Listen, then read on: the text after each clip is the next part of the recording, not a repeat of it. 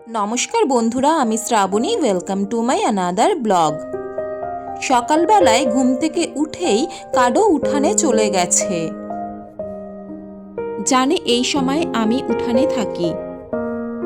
হ্যাঁ, কাডো কিন্তু বিছানার বেড কভারটা ধরে ঝুলে ঝুলে ঠিক বিছানা থেকে নেমে যায়। ওকে খাইয়ে দিয়ে নিজেরা চা খেয়েছি। এবার জলের বোতলগুলো সব ভরে নেব। তারপর চিংড়ি মাছগুলো বেছে নেব, কারণ একটু পরেই স্নান করব, তাই স্নান করার আগেই মাছটা ধুয়ে পরিষ্কার করে রাখব। আজকে বাড়িতে হাজবেন্ডের দিদি জামাইবাবু এসেছে এবং ওরা ব্রেকফাস্ট করছে। আর সঙ্গে তো আমার ছেলে থাকবেই। দেখুন, ঠিক একটা পরোটা তুলে নিয়েছে। আমাদের ঘরে আমি চিংড়ি মাছটা রান্না করব, আর ওদিকে শাশুড়ির ঘরে কিন্তু হাজবেন্ড মাটনটা রান্না করবে। যাই হোক, আমি স্নান সেরে নিয়েছি। এবার ছেলের জন্য একদিকে ভাত বসিয়ে দিয়েছি আর অন্যদিকে ওর জন্য 2 পিস রুই মাছ ভেজে নিচ্ছি। এবার আগে ওকে লাঞ্চ করিয়ে নেব, তারপর অন্য কাজ করব।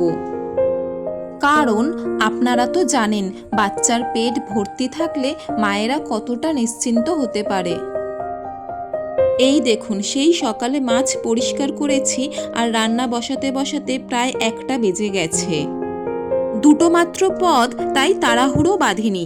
ওদিকে ও মাটনটা করেছে আর এদিকে আমি চিংড়ি মাছটা করে নিলাম। করে ওই 2টোর মধ্যে কিন্তু ওদেরকে খেতেও দিয়ে দিয়েছি। আর মেনুতে যতই মিষ্টি কোল্ড ড্রিঙ্কস থাকুক, গরমকালে আইসক্রিম হলে একদম জমে যায়। তাই আবার আইসক্রিম আনা হলো। আর কাডোকে দেখুন, কাগজের ওপর থেকেই আইসক্রিমে কামড় দিল।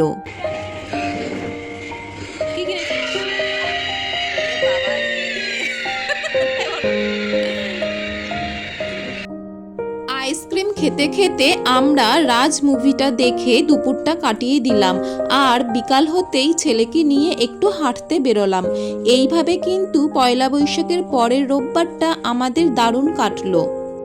তাহলে আজ ব্লগটা এখানেই শেষ করলাম। আপনাদের সঙ্গে দেখা হবে পরের একটি নতুন ব্লগে। ততক্ষণ সবাই ভালো থাকবেন, সুস্থ থাকবেন। আর আমার এই ভিডিওটা যদি আপনাদের ভালো লাগে, তাহলে প্লিজ একটা লাইক, কমেন্ট আর শেয়ার করে দেবেন।